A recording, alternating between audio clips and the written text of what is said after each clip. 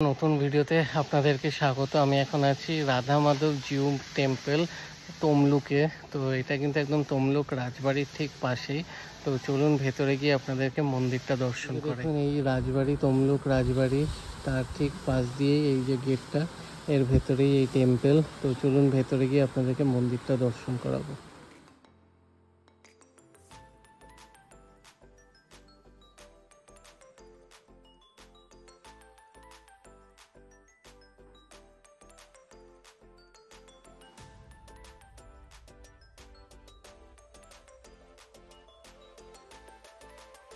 এখানে মূর্তি যেটা দেখছেন, একটা হচ্ছে রাজা সুরেন্দ্র নারায়ণ রায় এবং নেতাজি সুভাষচন্দ্র বোস, এবং রাজা সুরেন্দ্র নারায়ণ রায়ের নিজের বাড়ির ঘোড়া, যার নাম হচ্ছে ঘোরু বেটা, আর হচ্ছে জ্যাক।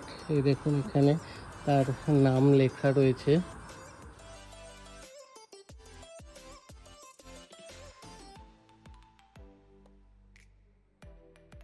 মানে আমি শুনেছি একটা ভিডিওতে যে এখানে যে রাজা সুরেন্দ্র নারায়ণ রায়, উনি এখানে নেতাজি সুভাষচন্দ্র বোসকে তার আজাদ হিন্দ ফৌজের মিটিংয়ের জন্য জায়গা করে দিয়েছিলেন।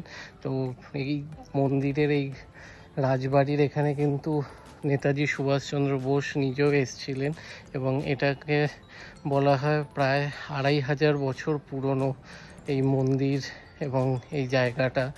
তো আপনারা এখানে আসলে কিন্তু একবার ঘুরে যাবেন। ভিডিওটা ভালো লাগলে লাইক করবেন, বেশি বেশি করে শেয়ার করবেন এবং পেজটা ফলো করে দেবেন। আবার দেখা হবে নতুন ভিডিওতে। চলুন, টাটা।